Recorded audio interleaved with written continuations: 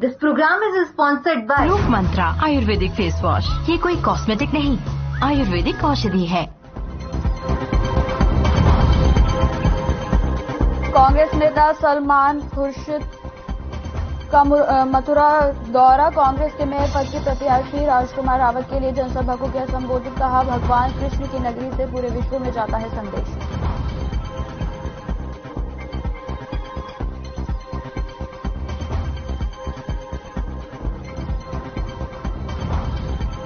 जालौन में SST team ने पकड़ी लाखों रुपए की नकदी। निकाय चुनाव में चेकिंग के दौरान बरामद की गई नकदी। लाखों रुपए लेकर कानपुर से झांसी जा रहा था युवक।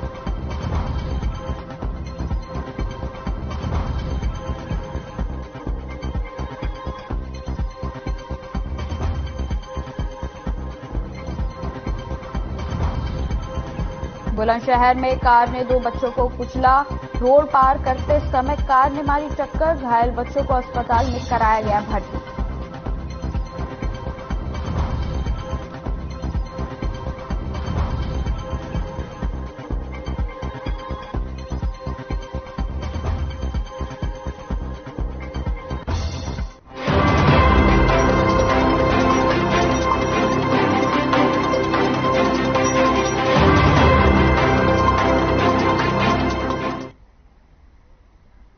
नमस्कार, स्वागत है आपका। मैं आपके साथ निकिता कश्यप। बुलेटिन की शुरुआत करते हैं इस वक्त की बड़ी खबर के साथ, जो कि बुलंदशहर से सामने आ रही है। आपको बता दें, कार ने 2 बच्चों को कुचला। रोड पार करते समय मारी टक्कर। घायल बच्चों को अस्पताल में कराया गया भर्ती। तो इस वक्त की बड़ी खबर हम आपको बता रहे हैं, जो कि बुलंदशहर से सामने आ रही है। कार ने 2 बच्चों को कुचल दिया है। रोड पार करते समय कार ने मारी बच्चों को टक्कर। घायल बच्चों को अस्पताल में कराया गया भर्ती। आपको बता दें, सियाना कस्बे के नंदपुरी के रहने वाले हैं मासूम, और किसान फार्म हाउस के पास की है ये घटना। तो इस वक्त की बड़ी खबर हम आपको बता रहे हैं, जो कि बुलंदशहर से सामने आ रही है, जहां कार ने 2 बच्चों को कुचल दिया है। आपको बता दें कि रोड पार करते समय कार ने बच्चों को टक्कर मारी और घायल बच्चों को अस्पताल में भर्ती करा दिया गया है। साथ ही आपको बता दें कि सियाना कस्बे के नंदपुरी के रहने वाले हैं दोनों मासूम, और किसान फार्म हाउस के पास की यह घटना बताई जा रही है। तो इस वक्त की बड़ी खबर हम आपको बता रहे हैं। ये तस्वीरें देखिए, जो कि इस हादसे की है। आपको बता दें कि बुलंदशहर में कार ने 2 बच्चों को कुचल दिया।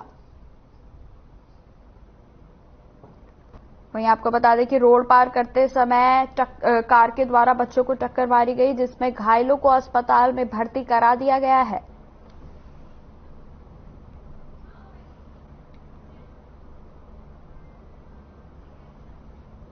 इस वक्त की एक और बड़ी खबर सामने आ रही है, जो कि जालौन से है। एसएसटी टीम ने पकड़ी लाखों रुपए की नकदी। तो इस वक्त की बड़ी खबर हम आपको बता रहे हैं, जो कि जालौन से सामने आ रही है। एसएसटी टीम ने पकड़ी लाखों रुपए की नकदी। निकाय चुनाव में चेकिंग के दौरान की गई बरामदगी। आपको बता दें कि लाखों रुपए लेकर कानपुर से झांसी जा रहा था युवक। संदिग्ध व्यक्ति की पुलिस ने शुरू की जांच पड़ताल। आपको बता दें, कार समेत 3,15,000 रुपए सीज किए गए हैं पुलिस के द्वारा। वहीं उरई कोतवाली क्षेत्र के झांसी चुंगी का है मामला। तो इस वक्त की बड़ी खबर हम आपको बता रहे हैं, जो कि जालौन से सामने आ रही है, जहां एसएसटी टीम ने पकड़ी लाखों रुपए की नकदी। नगर निकाय चुनाव की चेकिंग के दौरान ये जो भारी कैश है वो बरामद किया गया। वहीं आपको बता दें कि लाखों रुपए लेकर कानपुर से झांसी जा रहा था युवक। वहीं आपको मालूम हो कि संदिग्ध व्यक्ति की पुलिस ने जांच पड़ताल शुरू कर दी है। वहीं आपको बता दें कि इस मामले में कार समेत 3,15,000 रुपए सीज किए गए हैं।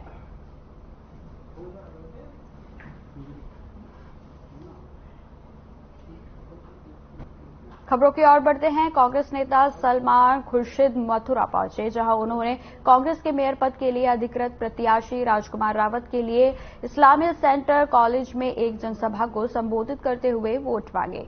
सलमान खुर्शीद ने लोगों को समझाया और संदेश दिया है कि भगवान कृष्ण की नगरी से पूरे विश्व में संदेश आता है।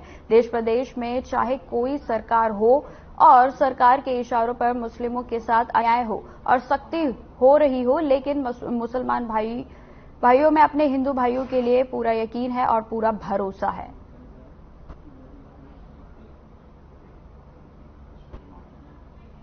योगेश भाई ने, हमारे सब साथियों ने, तो उनके लिए एक संदेश मिला है।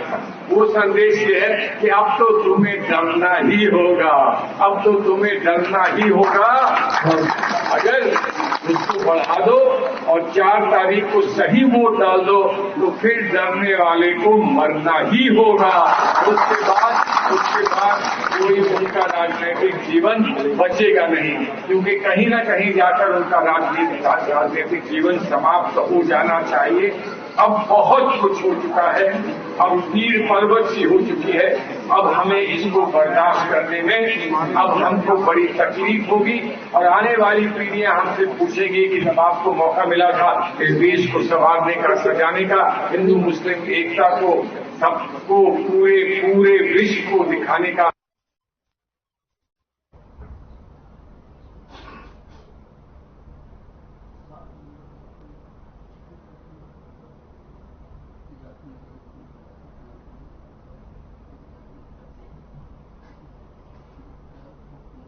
बिथुना बेला मार्ग पर पूर्वा ताल गांव के समीप जा रहे ऑटो अनियंत्रित होकर आगे जा रहे लोडर में जा घुसा। आपको बता दें कि जिससे ऑटो में आधा दर्जन सवारियां घायल हो गई। सभी घायलों को उपचार के लिए सामुदायिक स्वास्थ्य केंद्र में भर्ती कराया गया है, जहां चिकित्सकों ने 2 बीएससी की छात्राओं को मृत घोषित कर दिया है। वहीं आपको बता दें घटना के बाद ऑटो और लोडर के चालक मौके से भाग गए। कोतवाल ललित कुमार ने बताया कि दोनों छात्राओं के शवों को पोस्टमार्टम के लिए भेज दिया गया है। वहीं तहरीर मिलने पर आगे की कार्यवाही की जाएगी। बताया जा रहा है कि जैसे ही ऑटो पूर्वाताल काली मंदिर के पास पहुंचा तभी अनियंत्रित होकर आगे जाकर लोडर में जा घुसा। वहीं आपको बता दें कि छात्राओं की मौत की सूचना मिलते ही परिजनों में कोहराम मच गया है। साथ ही जानकारी मिलने पर पुलिसकर्मियों के साथ पहुंचे अपराध निरीक्षक श्रीकेश भारती ने परिजनों से घटना की जानकारी ली। वहीं छात्राओं की मौत से परिजनों का रो रो कर बुरा हाल है।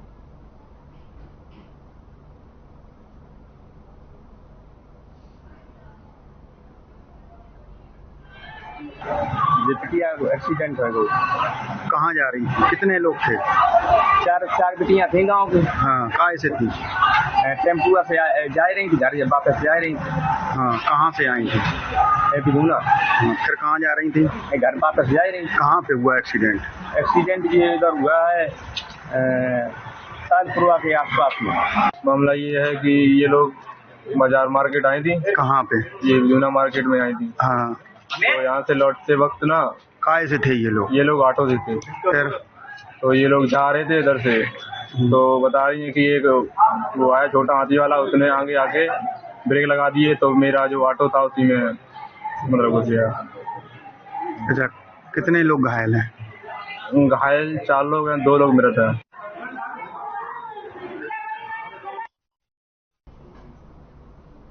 बरेली थाना सेबीगंज के परसाखेड़ा स्थित जल आकाश की चिमनी से निकलने वाले धुएं से ग्रामीणों का जीना दूभर हो गया है।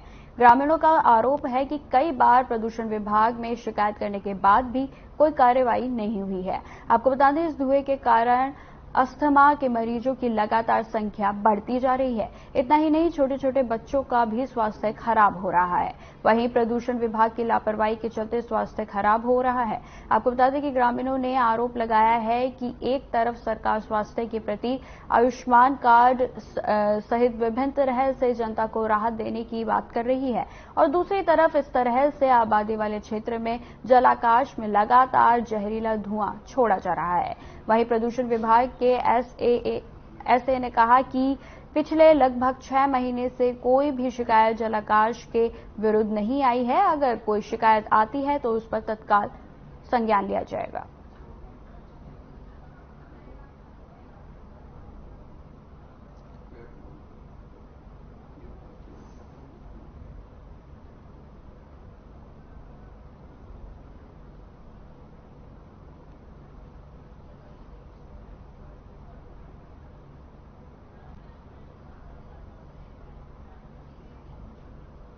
झांसी कानपुर हाईवे पर भीषण सड़क हादसा हो गया। आपको बता दें असंतुलित ट्रक और डंपर की भीषण भिड़ंत हो गई। हादसे में डंपर चालक और क्लीनर की दर्दनाक मौत हो गई है। घटना की सूचना मिलते ही पुलिस मौके पर पहुंची और डंपर में फंसे चालक और क्लीनर को निकालने में जुट गई। आपको बता दें पूरा मामला मोट थाना क्षेत्र के अंतर्गत आने वाले ग्राम भुजौंदा के समीप का है, जहां असंतुलित होकर डंपर डिवाइडर को तोड़ते हुए दूसरी ओर जा रहे ट्रक से जा टकराया है। इस घटना में डंपर चालक और क्लीनर की दर्दनाक मौत हो गई है। Dial 112 police PRB.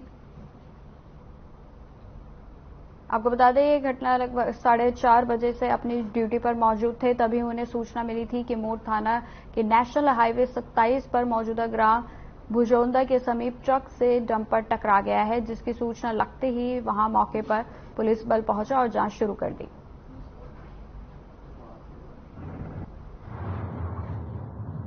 ये हमको सूचना मैं अपने निर्धारित पॉइंट पर खड़ा हुआ था। सुबह लगभग 4:50 पे हमको सूचना मिली।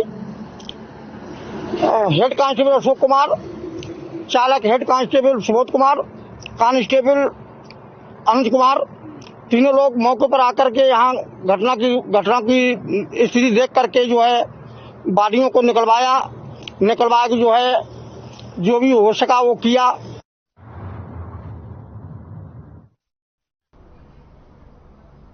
खबर सिद्धार्थनगर से है, जहां फर्जी प्रमाण पत्रों के आधार पर शिक्षकों की भर्ती कराने के आरोपी शिक्षा माफिया राकेश कुमार सिंह की संपत्ति की पुलिस ने कुर्क कर लिया है। बता दें कि गैंगस्टर एक्ट के तहत पुलिस ने माफिया की 1.5 करोड़ की अवैध संपत्ति को डुगडुगी बजाकर से कुर्क कर लिया है। बता दें कि राकेश सिंह ने फर्जी डॉक्यूमेंट के आधार पर नौकरी पाई थी और कुछ दिन पहले ही बीएसए देवेंद्र पांडे ने नौकरी से उसे बर्खास्त किया था।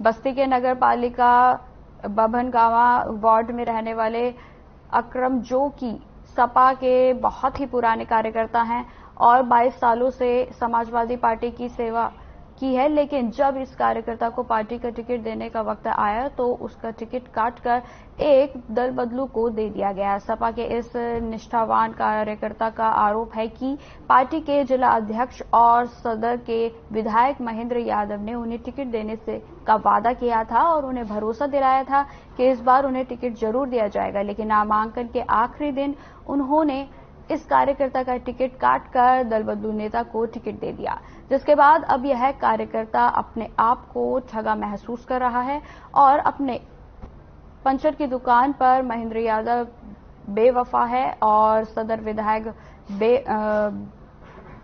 बेवफा है के पोस्टर लगाकर अपने साथ हुए धोखाबाजी का बदला ले रहा है और बस्ती की जनता को यह बता रहा है।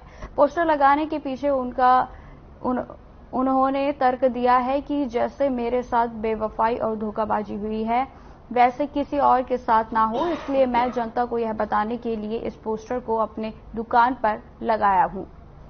बहरहाल जैसे जैसे चुनाव नजदीक आ रहे हैं वैसे वैसे पार्टी के यह बागी अपनी ही पार्टियों के लिए मुसीबत बनते जा रहे हैं। अब देखना यह होगा कि बस्ती में क्या इसका खामियाजा सपा को भुगतना पड़ेगा या नहीं। इसके पीछे वजह यह है कि हमने जो लिख दिया है सदर विधायक बेवफा है, तो इसका मतलब यह है कि वो बेवफा है।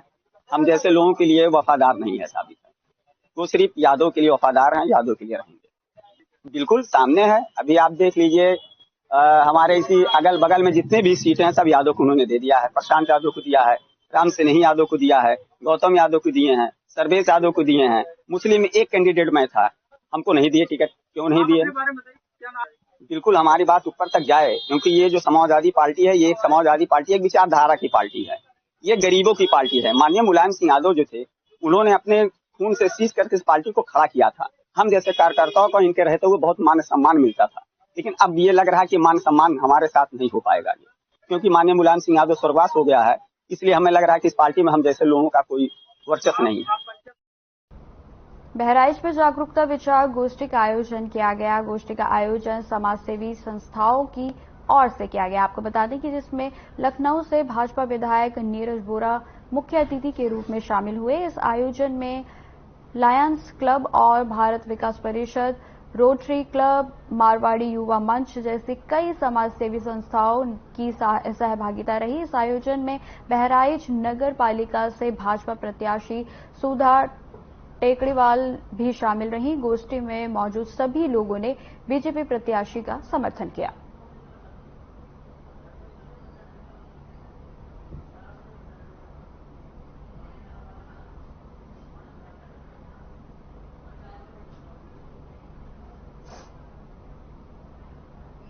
एकजुट होकर यहां पर नगर पालिका परिषद के चुनाव में अध्यक्ष पद के लिए भारतीय जनता पार्टी की उम्मीदवार आदरणीय सुधा देवी के समर्थन में आज सब यहां एकत्रित हुए।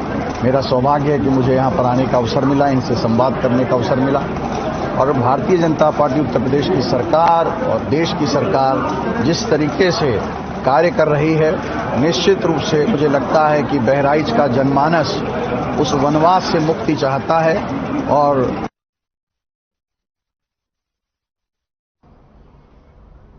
फर्रुखाबाद में दबंगों की दबंगाई सामने आई है। 3 वर्षीय मासूम को आग में फेंका। आपको बता दें कि गेहूं की बाली उठाने पर आग में फेंका गया। तो इस वक्त की बड़ी खबर हम आपको बता रहे हैं कि गेहूं की बाली उठाने पर आग में फेंका गया एक बच्चे को। आपको बता दें पहले मारपीट की, फिर जलते चूल्हे में फेंका गया। आपको बता दें मासूम बुरी तरह से झुलस गया है। तो फर्रुखाबाद से इस वक्त की बड़ी खबर बता रहे हैं, दबंगों की दबंगाई सामने आई है। 3 वर्षीय मासूम को आग में फेंका गया। गेहूं की बाली उठाने पर आग में फेंका गया। पहले मारपीट की, फिर जलते चूल्हे में फेंका गया। आपको बता दें तो बच्चा जो है बुरी तरह से झुलस गया है। तो इस वक्त की बड़ी खबर हम आपको बता रहे हैं जो कि फर्रुखाबाद से सामने आ रही है। ये तस्वीरें देखिए कि बच्चा किस तरीके से जो है आग में झुलस गया है। तो मतलब कि दबंगों की दबंगाई लगातार जो है वो सामने आ रही है।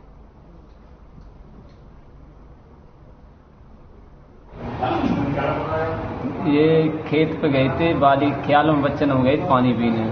तो जहाँ तहाँ बाली पड़ी थी, खेत खाली था।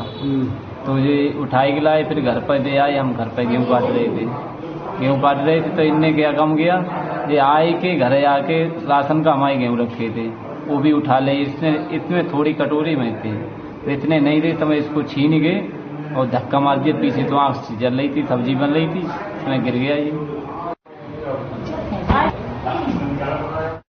इस वक्त की एक और बड़ी खबर सामने आ रही है फर्रुखाबाद से, जहां नगर पालिका की लापरवाही से हो सकता है बड़ा हादसा। आपको बता दें पानी की टंकी के जीने पर नहीं लगाया गया गेट। तो इस वक्त की बड़ी खबर हम आपको बता रहे हैं, नाबालिग बच्चे टंकी पर चढ़ रहे हैं। टंकी पर चढ़ते समय हो सकता है कोई भी बड़ा हादसा। तो इस वक्त की हम आपको बड़ी खबर बता रहे हैं जो कि फर्रुखाबाद से सामने आ रही है। बच्चों का सोशल मीडिया पर वीडियो हुआ वायरल। आपको बता दें कि पल्ला चौकी परिसर के अंदर बनी है पानी की टंकी। चौकी पुलिस के सिपाही ने भी बच्चों को चढ़ते हुए देखा है। आपको बता दें कि इस वक्त की बड़ी खबर सामने आ रही है फर्रुखाबाद से, जहां बच्चों का सोशल मीडिया पर एक वीडियो वायरल हुआ है। पल्ला चौकी परिसर के अंदर बनी है पानी की टंकी। चौकी पुलिस के सिपाही ने भी बच्चों को पानी की टंकी पर चढ़ते हुए देखा। पानी की टंकी पर चढ़ते समय हो सकता है कोई भी बड़ा हादसा। तो इस वक्त की हम आपको बड़ी खबर बता रहे हैं। देखिए कि किस तरह से जो है बच्चे वो टंकी पर चढ़ते हुए नजर आ रहे हैं। आपको बता दें कि नगर पालिका की वजह से यहाँ पर कोई भी बड़ा हादसा हो सकता है, क्योंकि पानी के टंकी की जो जीना है इस पर किसी भी तरह का कोई गेट नहीं लगाया गया है।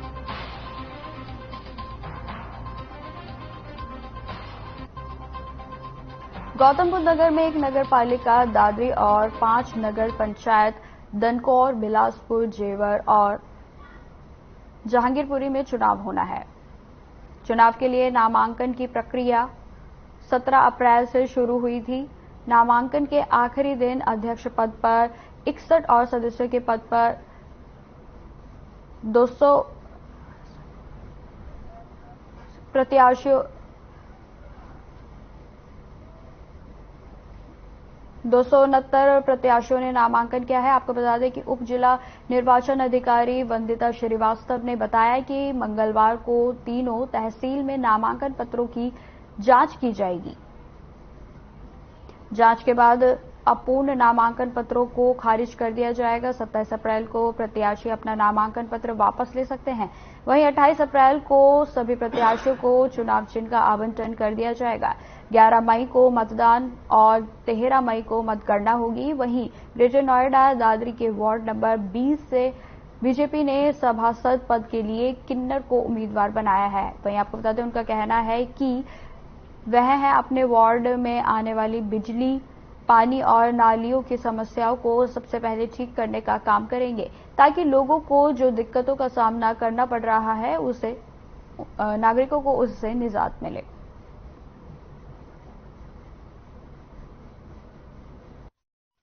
समस्या है थोड़ी नालियों की साफ सफाइयों की, इनकी समस्या है थोड़ी सी, तो इसलिए थोड़ी सी समस्या है, इसलिए हम खड़ी हुई है। जनता ने कहा है, हम आगे अनुरोध करेंगे कि थोड़ा इस काम के लिए देखा जाए और हमारी थोड़ी सहयोग। इस बार से खड़ी हैं बीजेपी से।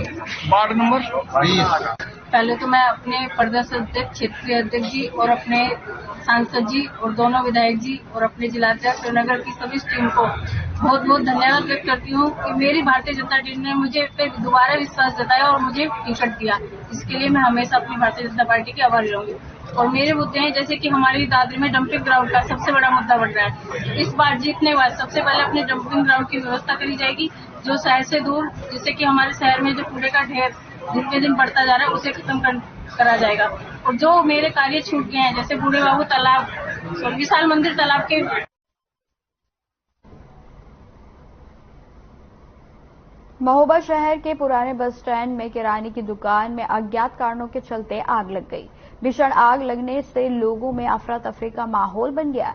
मौके पर लोगों ने फायर ब्रिगेड को घटना की सूचना दी, लेकिन फिर भी फायर ब्रिगेड 1.5 घंटे की देरी से पहुंची। आपको बता दें, फायर ब्रिगेड की टीम ने जब तक आग पर काबू पाया तब तक सब कुछ जलकर खाक हो चुका था। दुकान में आग से रखी किराना और जनरल स्टोर का सारा सामान जलकर खाक हो गया, जिससे तकरीबन 9 लाख रुपए का नुकसान हुआ है। वहीं पीड़ित ने बताया कि पिछले वर्ष विधानसभा चुनाव में भी उसकी दुकान में अज्ञात कारणों के चलते आग लग गई थी और सब कुछ जलकर खाक हो गया। आग कैसे लगी इसका पता आज तक नहीं चल पाया है। पीड़ित ने आग लगने के कारणों का पता लगाने के लिए जांच की मांग की है।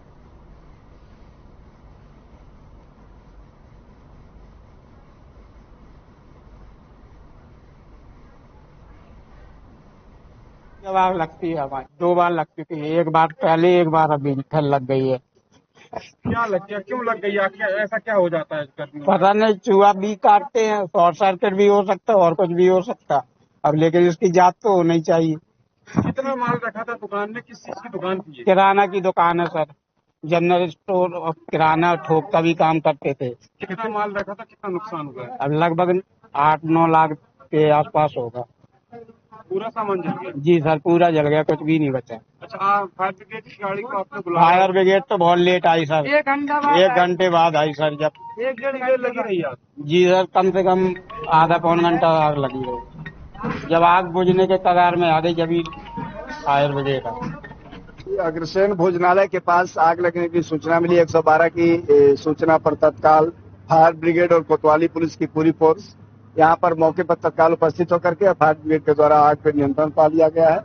किराने की दुकान थी, किराने की दुकान में आग लगी हुई है। बाकी किराना मालिक के द्वारा पूछ करके बताया, उसके बारे में जानकारी प्राप्त की जाएगी, कैसे आग लगी थी और क्या। कितने का नुकसान हुआ होगा? अब ये जानकारी किराना व्यापारी ही देंगे। क्या सर आग पे काबू आग पे पूरा तरह से काबू पा लिया गया और ये फायर ब्रिगेड अभी भी आपके सामने खड़ी है और कार्रवाई चल रही है। कर्नाटका में चुनावी रैली को संबोधित कर रहे हैं सीएम योगी आदित्यनाथ। देखते हैं क्या कह रहे हैं। भारतीय जनता पार्टी के सभी उपस्थित भाइयों बहनों, मांड्या जिले के आप सभी उपस्थित उत्साही कार्यकर्ताओं का मैं उत्तर प्रदेश की धरती से यहां आकर के हृदय से अभिनंदन करता हूं, स्वागत करता हूं।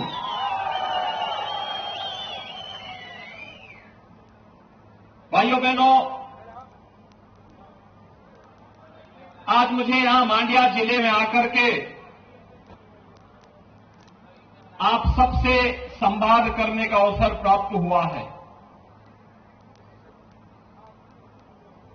मैं इसके लिए कर्नाटक इकाई का हृदय से अभिनंदन करता हूं कि भारतीय जनता पार्टी कर्नाटक इकाई ने इस चुनाव में मुझे भी आमंत्रित किया और मैं आपके बीच में आकर के आपका दर्शन कर सकूं, आपसे संवाद कर सकूं और आपसे अपील भी कर सकूं और आपको आमंत्रित भी कर सकूं। उत्तर प्रदेश और कर्नाटक का संबंध आज से नहीं, त्रेता युग से है।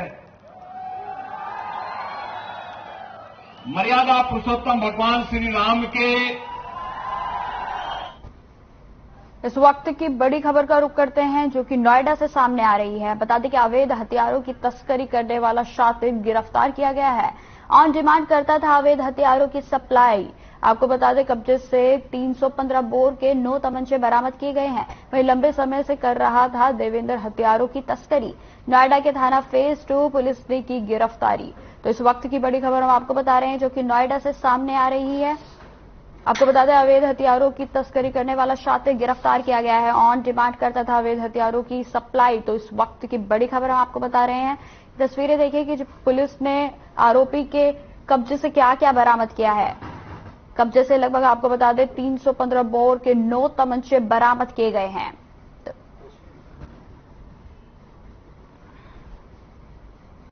देखिए, जैसा कि आपको मालूम है कि इस समय अर्बन लोकल बॉडीज के चुनाव चल रहे हैं और जैसे भी चुनाव आते हैं तो हमेशा से ही होता है कि लोग मसल और मनी का यूज करते हैं वोट पाने के लिए। तो उसमें भी जो अवैध अस्त्र शस्त्र के बिकने की संख्या भी बढ़ जाती है। उसी में ये व्यक्ति यहाँ लाया था सप्लाई करने के लिए और ये पकड़ा गया जिससे कि 9 कंट्रीमेड पिस्टल बरामद हुए हैं। और ये व्यक्ति अलीगढ़ में बिसारा गांव खैर थाना का रहने वाला है जो कल ये जैविक पार्क के पास से पकड़ा गया है। सर, ये कहाँ से लाता था और अब तक कितनी पिस्तौलों की सप्लाई गई? देखिए, अभी जो इससे पूछताछ हुई है इसने बताया कि रहने वाले अलीगढ़ का है और वहीं एक इसका सूरज नाम का व्यक्ति है जिसे सप्लाई करता है और फिर ये वो बना के देता है और ये फिर सप्लाई करता है। और अभी तक इसका कहना है कि नोएडा में पहली बार आया था, लेकिन हम इसकी भी छानबीन कर रहे हैं क्योंकि इतने सारे असलहे ले करके नोएडा में पहली बार आना संभव नहीं लग रहा है। सर, कितने का लेके आता था और कितने का ये सब देखता था? देखिए, ये डिमांड और सप्लाई पर निर्भर करता है, लेकिन ये 6,000 से लेके 10,000। कानपुर से इस वक्त की एक और बड़ी खबर सामने आ रही है जहां आपको बता दें सपा विधायक इरफान सोलंकी से जुड़ी बड़ी खबर। वकील ने इरफान के केस से अपने को किया अलग। आपको बता दें अधिवक्ता गौरव दीक्षित ने कोर्ट को बताया। वहीं आपको बता दें कि अपनी जेब से केस लड़ना संभव नहीं, वकील ने ऐसा कहा है। हम आपको बता रहे हैं इस वक्त की बड़ी खबर सामने आ रही है कानपुर से जहां सपा विधायक इरफान सोलंकी से जुड़ी बड़ी खबर सामने आई है। वकील ने इरफान के केस से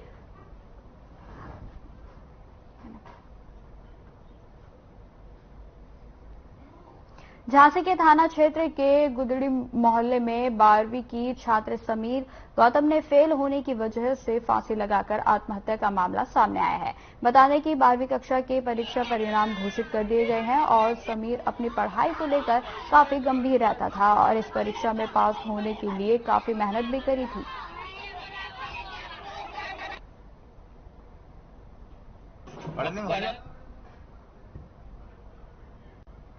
रात में बोला तो पापा वो आना रिजल्ट कल आएगा 1:30 बजे।